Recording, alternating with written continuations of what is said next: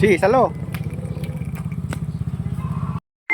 Sakto, sakto yung lingo, no?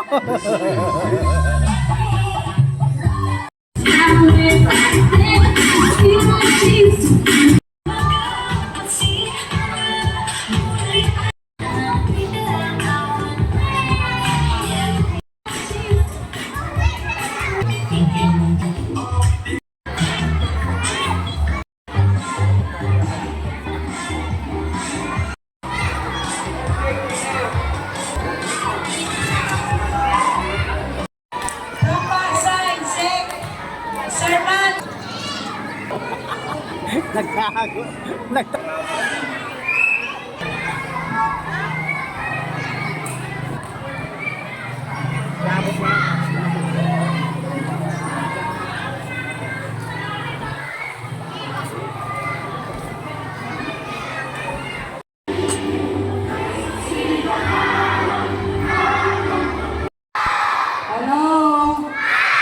Sige, mapagod kayo. Hi!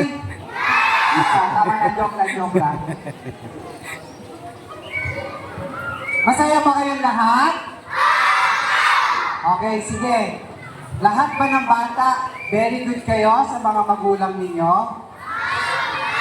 Hindi daw, may umiilan. Hindi po. Po sa salamatan, ang kanilang pong team. Andito po sila, ito po. Hindi okay yung area na to kung hindi natin dahil dun sa kanila, no? So, pasalamatan din natin yung mga kasama namin. Palakpakan natin! Ayan, may kasama kami malalayo, no? Malalayong lugar pa nanggaling. Ang taga-Pasay. Mga taga-Pasay, maraming salamat sa inyo. At ang mga taga-Bulacan talaga ang nagasikaso ng activity na ito.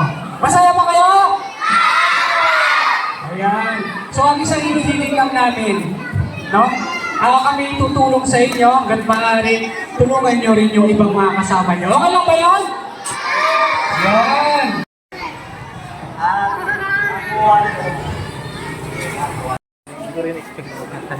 Pag di sanay, ano? Akala ko huli pa. Hi! Okay. Content praising lang po. Ano po bang ginagawa ni Mother Earth? Yung po ay nangangalaga ng kalikasan. Tulad ng basura, pagkakalat. Hindi po ba panahon ng tag-ulan ngayon?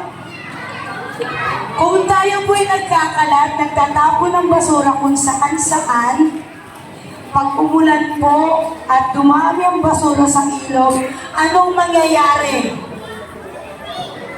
Sige, kung sino po makakasagot, may premyo. Yes po.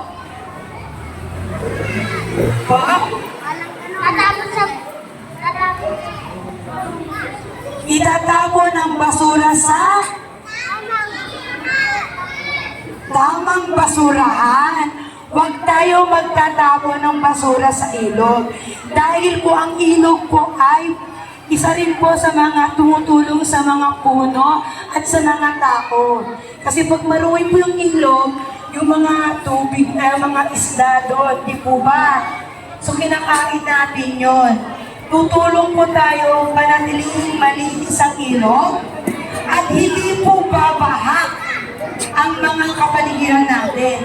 Sa pagtalanim ng puno, bakit tayo kailangan magtanim ng puno? Yes po, dali ka dito, Pogi. Ikaw, Pogi!